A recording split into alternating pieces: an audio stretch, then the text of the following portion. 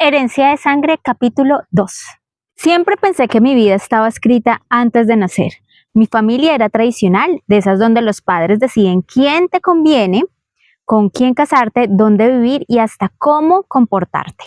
En casa nos enseñaron desde pequeña a servir, a sonreír y aunque el corazón doliera, a guardar las lágrimas para por la noche. Y claro, a entender que el amor no siempre era un privilegio que uno elegía, sino un acuerdo entre familias. Cuando me dijeron que me iba a casar con Rafael Restrepo, sentí miedo. No lo conocía, solo había oído historias que era el hijo menor de don Cristóbal, el hacendado más poderoso de la región, que era trabajador distinto a sus hermanos, noble, de buen corazón. Pero en mi interior no podía evitar pensar, ¿será otro hombre que solo me mira como un trofeo? ¿Será alguien que me ignorará mientras yo cumplo el papel de esposa obediente? La primera vez que vi a Rafael fue una de esas reuniones familiares arregladas, donde los padres hablan de tierras, ganados y negocios, y los jóvenes solo nos mirábamos desde lejos. Pero él fue diferente. Rafa no me miró como quien evalúa un trofeo. No me habló de conveniencias ni de alianzas. Me preguntó cómo me sentía, me preguntó si tenía miedo, si estaba feliz, y en esos ojos suyos, suaves, sinceros, vi algo que nunca había visto. Vi un compañero. El matrimonio fue rápido, como lo dictan las costumbres, pero desde el principio Rafa me trató con cariño, no como un deber, sino como una elección. Compartimos largas caminatas por los cafetales, hablábamos hasta tarde bajo las estrellas, soñábamos con una vida propia, más allá de los acuerdos familiares. Yo había tenido suerte. En un mundo donde pocas mujeres podían decidir su amor, yo había encontrado al mío.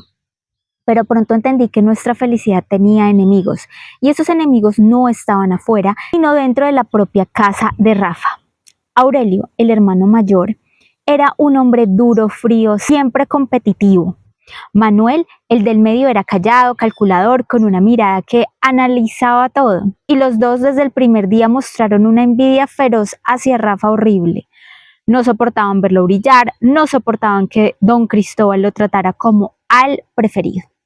Yo veía las miradas, las palabras disfrazadas de broma, las humillaciones sutiles, vi cómo le dejaban tareas pesadas, cómo le quitaban méritos, cómo intentaban hacerlo quedar mal ante su padre.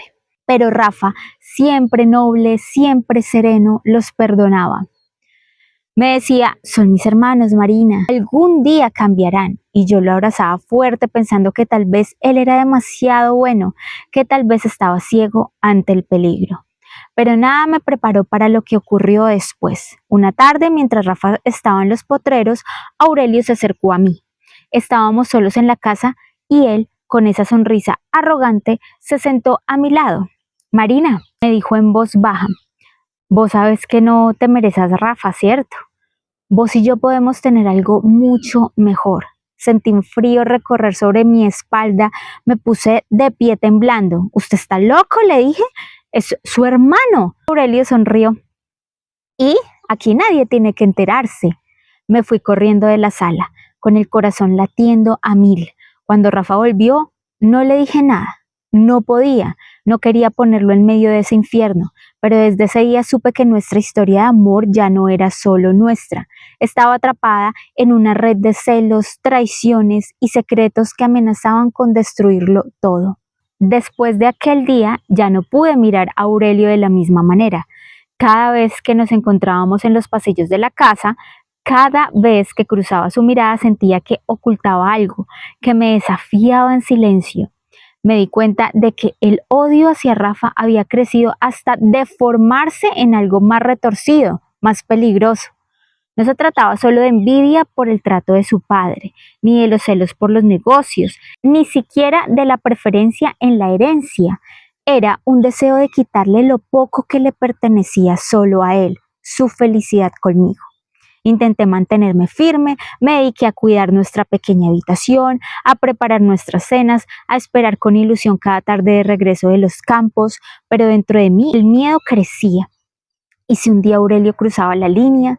¿Y si Manuel, que siempre parecía distante, empezaba a actuar en su contra?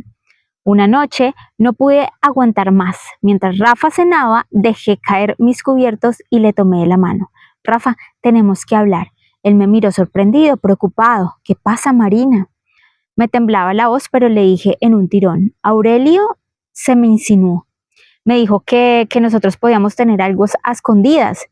Rafa se puso súper pálido, lo vi tragar saliva, su mandíbula tensarse.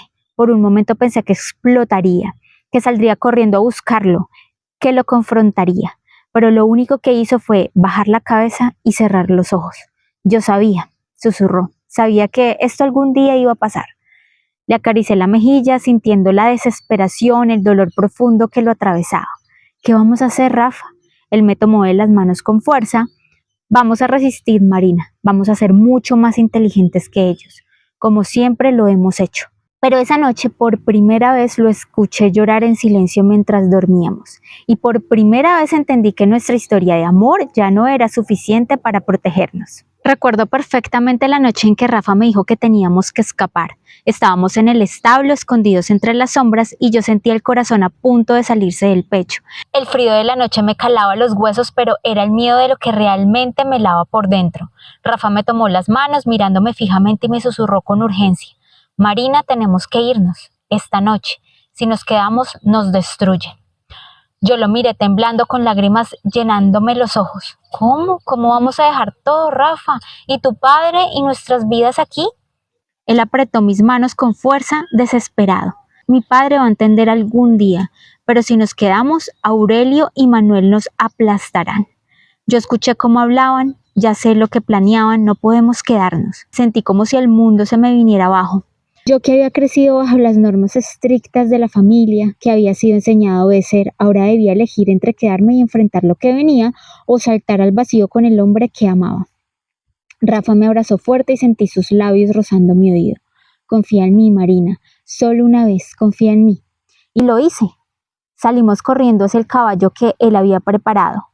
Cuando subí detrás de Rafa, me aferré a él como si mi vida dependiera de eso. El miedo me apretaba el pecho, pero también sentía una chispa de esperanza. Al menos estaríamos juntos. Cuando Rafa hizo que el caballo galopara, sentí como el viento golpeaba mi rostro y las lágrimas se me escapaban. Dejábamos atrás todo, nuestras familias, la finca, los recuerdos. Pero yo sabía muy en el fondo que lo único que realmente importaba en este momento era él. Te amo, Rafa, le susurré mientras lo abrazaba fuerte. Él giró apenas el rostro y me respondió, y yo a ti, Marina, pase lo que pase. Así empezamos nuestra vida. Bajo las estrellas, en medio de la noche, cabalgábamos hacia lo desconocido, llevando solo el amor como equipaje.